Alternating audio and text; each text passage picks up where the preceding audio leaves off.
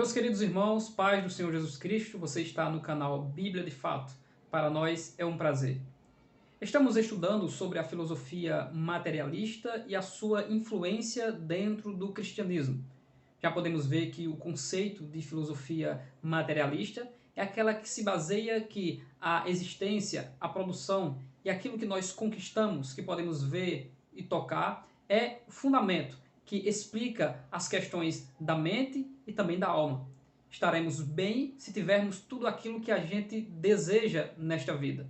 Então é uma filosofia que leva o homem à busca do prazer e a colocar todos os seus valores naquilo que é material, desprezando aquilo que é espiritual, as necessidades da alma e do espírito.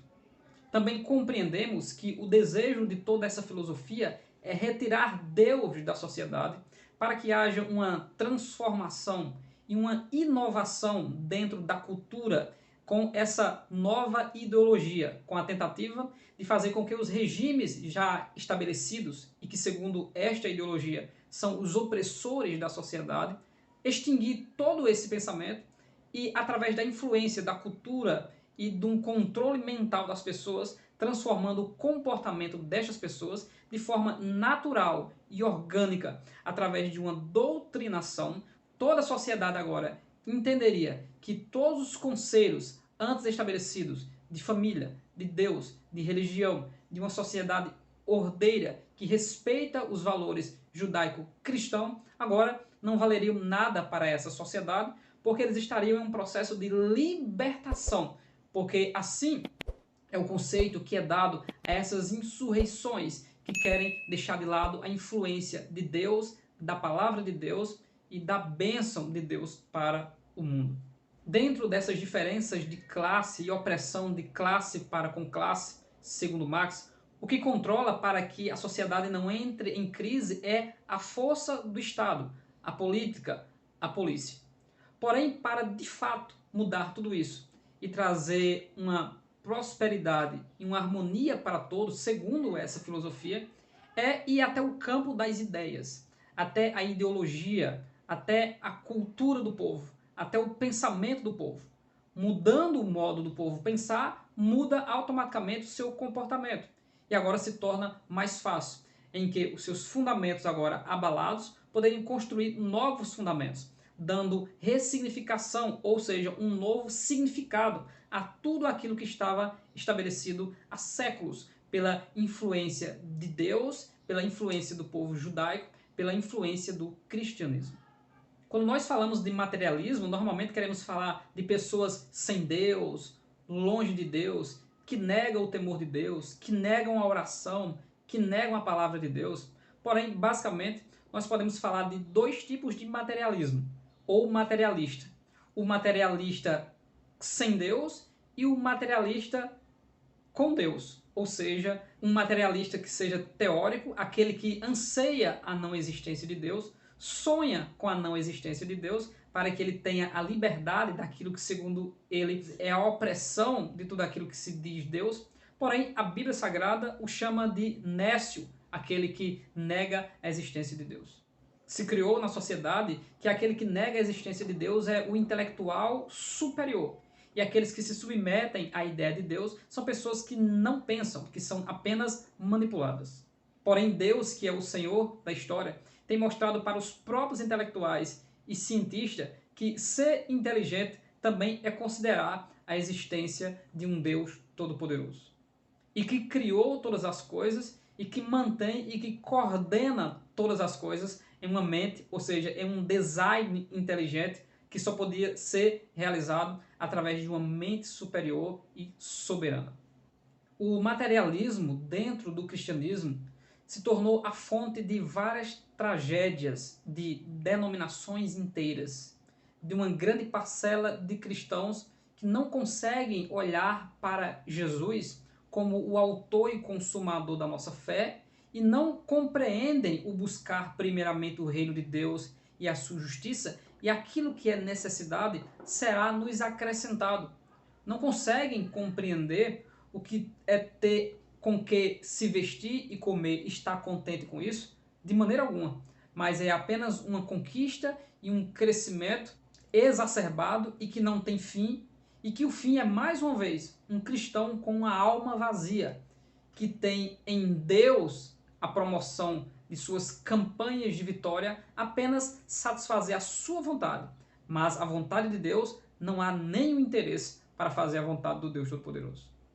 Por isso, o materialista cristão, ele tem em Deus a fonte do seu consumismo. Então vamos buscar a Deus para que Deus me dê isso e me dê isso, e depois Deus vai me dar mais isso. E usam alguns textos das Sagradas Escrituras, principalmente textos de sacrificar através da manipulação de próprios líderes consumistas e que amam o dinheiro e que vivem em função do dinheiro, chegando até ao cúmulo de vender igrejas um ao outro, de divulgar até em jornais que estamos vendendo uma igreja com 200, 300 membros. Portanto, isso influenciou o cristianismo para que se fosse feito um comércio dentro da casa de Deus. As bênçãos ditas espirituais são vendidas e agora é possível, através de uma simonia ou de indulgências modernas, comprar a bênção de Deus. É possível agora eu entregar para Deus todo o meu desejo em forma de dinheiro ou qualquer outro sacrifício ou campanha e Deus será obrigado a me abençoar. E isso é terrível e tem desconstruído o pensamento da teologia cristã estabelecido há séculos na mente de uma porcentagem do povo de Deus. Veja o que diz Mateus capítulo 6, a partir do 25. Por isso digo a vocês, não se preocupe com a sua vida, quanto ao que irão comer ou beber, nem com o corpo, quanto ao que irão vestir. Não é a vida mais do que o alimento? E não é o corpo mais do que as roupas? Observem as aves do céu, que não semeiam, não colhem, nem ajuntam em celeiros. No entanto, o Pai de vocês, que está no céu, a sustenta. Será que vocês não valem muito mais do que as aves? Quem de vocês, por mais que se preocupe, pode acrescentar um côvado ao curso da sua vida? Veja o fundamento de compreendermos a nossa dependência total de Deus. Isso exclui de um cristão materialista que se volta para Deus de fato toda essa ansiedade e essa preocupação pela conquista, como se o fim de possuir a casa, o carro ou uma conta com vários reais fosse de fato as conquistas desta vida. Podemos sim falar dos bens materiais e da satisfação em possuí-lo e desfrutá-lo com a sua família, com as Sagradas Escrituras, de forma coerente. Isso podemos falar em outro vídeo. Mas veja o que Salomão, no capítulo 2 de Eclesiastes, diz. Eu disse a mim mesmo, vamos, prove a alegria, procure ser feliz. Mas também isso era vaidade. Concluí que o riso é tolice e que a alegria não serve para nada. Resolvi no meu coração entregar-se ao vinho, sem deixar de me guiar pela sabedoria e de me apoderar da loucura, até descobrir o que de bom os filhos dos homens poderiam fazer debaixo do céu durante os poucos dias da sua vida. Empreendi grandes obras, construí casas, plantei vinhas para mim, fiz jardins e pomares para mim e neles plantei árvores frutíferas de toda espécie. Fiz para mim tanques de águas para com eles regar os bosques em que reverdeciam as árvores. Comprei escravos e escravas, tive escravos que nasceram em minha casa, também tive bois e ovelhas, mais do que tiveram todos os que viveram em Jerusalém antes de mim. Amontoei também para mim prata, ouro e tesouros de reis e de províncias. Provi-me de cantores, cantoras, delícias dos filhos dos homens, mulheres e mais mulheres. E me tornei importante e superei todos os que viveram antes de mim em Jerusalém. E a minha sabedoria nunca me abandonou. Tudo aquilo que os meus olhos desejaram, eu não lhes neguei.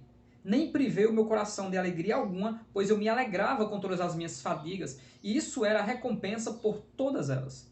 Considerei todas as obras que as minhas mãos fizeram, e também o trabalho que eu, com fadigas, havia feito. E ele conclui dizendo, e eis que tudo era vaidade, e correr atrás do vento, e nenhum proveito havia debaixo do sol. O livro do Eclesiastes, ele traz um pensamento racional de um homem de Deus, simplesmente o homem mais sábio que já andou sobre a face da terra, que viver segundo os valores deste mundo, não temendo a Deus, é o pior prejuízo que existe. É só vaidade, é correr atrás da sombra ou atrás do vento.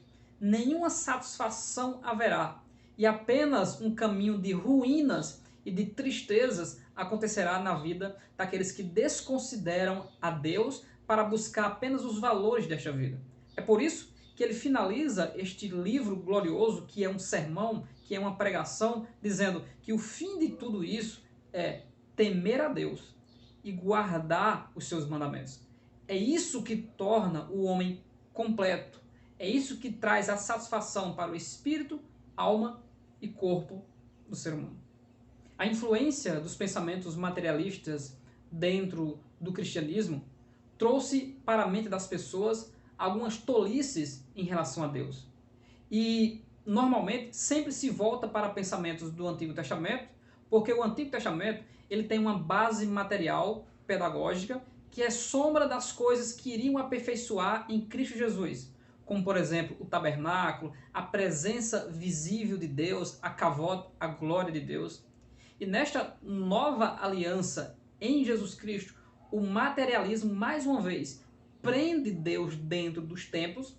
Os templos se tornam o lugar santo em que a presença do Espírito está presa dentro. E frases como oferecer o culto racional, não tenha pressa de sair da presença de Deus, Deus fica contido na boca dos líderes. E tudo aquilo que é dito por essas pessoas que se deve fazer para Deus, se você não fizer, você não terá uma vida feliz. E essa manipulação tira completamente o fundamento do que é uma vida sacrificial para Deus e põe o sacrifício para Deus e a santificação diante de Deus agora por coisas que você oferece a Deus ou supostamente a Deus, mas para o enriquecimento ilícito de líderes que já são materialistas e veem no povo de Deus a fonte de sua riqueza. Em Romanos capítulo 12, versículo 1 e 2, Paulo ensina o fundamento de um cristão firme e que compreende que sua vida deve ser entregue completamente a Deus. O cristão que tem de fato a sua mente baseada na pessoa de Deus, ele foge de toda a corrupção mundana e tem a sua mente completamente transformada, influenciada pela revolução do entendimento das Sagradas Escrituras.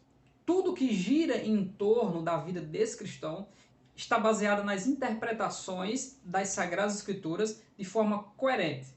O culto racional de Romanos capítulo 12 é nós entregarmos nosso corpo, alma e espírito, ou seja, a nossa vida a Deus. Entregar a nossa vida completamente aos cuidados do Senhor.